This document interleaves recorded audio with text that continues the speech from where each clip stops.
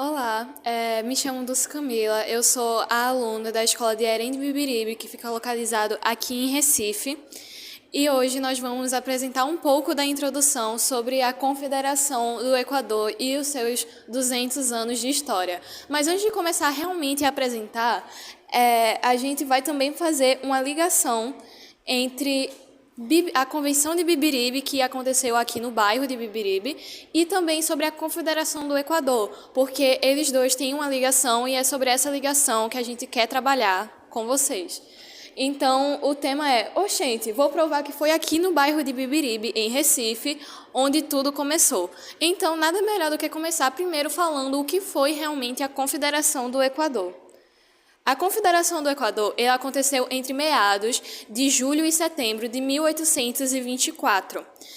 Esse evento que aconteceu foi para fazer o Nordeste ter uma certa independência do governo centralizado que acontecia na época de Dom Pedro I, quando ele ainda estava no poder. E vários estados das penínsulas nordestinas que ajudaram nisso foi Pernambuco, Paraíba, Rio Grande do Norte e Ceará.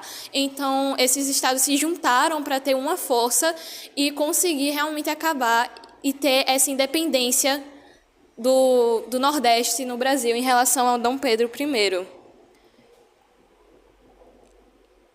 Aqui foi algum dos panfletos que foram distribuídos na época que aconteceu. Aqui é uma representação ilustrativa sobre a Confederação do Equador. E aqui a gente tem uma cartinha de um dos panfletos que eram distribuídos, que aqui no final está escrito: "Instiga-se do Brasil a majestade, basta de servilismo, basta de opressão, viva a República, viva a liberdade".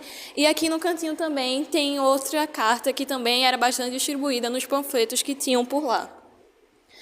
Agora a gente vai falar um pouquinho também sobre a Convenção de Bibiribe. A Convenção de Bibiribe ela aconteceu entre meados de agosto e outubro de 1821. Ela foi conhecida como o primeiro movimento constitucionalista de 1821, que foi o primeiro episódio da independência do Brasil. Então, realmente, Bibiribe ficou muito marcado pela história do Brasil inteiro, por ter sido o primeiro bairro, cidade, enfim, como preferir chamar, querer conquistar essa independência do Brasil. E foi graças à Convenção de Bibiribe que também a Confederação do Equador ela pôde acontecer.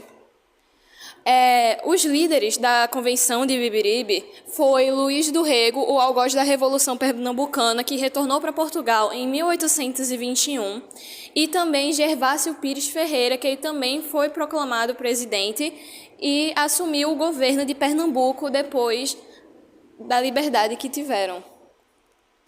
E qual é a ligação entre a Convenção de Bibiribe e também a Confederação do Equador? A ligação que esses dois têm é que, se não fosse pela Convenção de Bibiribe e a sua história e sua primeira luta, que aconteceu 3 anos antes da Confederação do Equador, não teria realmente explodido a Confederação do Equador e tomado tanta força assim, já que outro movimento, já que outra coisa veio antes da Confederação do Equador. Então, por isso é importante ressaltar também o quanto a Convenção de Bibiribe foi importante para a história da Confederação do Equador. É isso.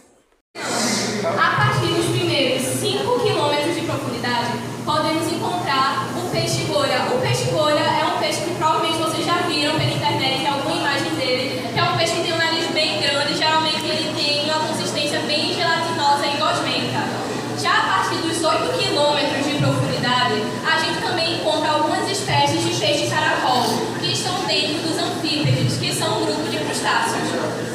E também eles são muito maiores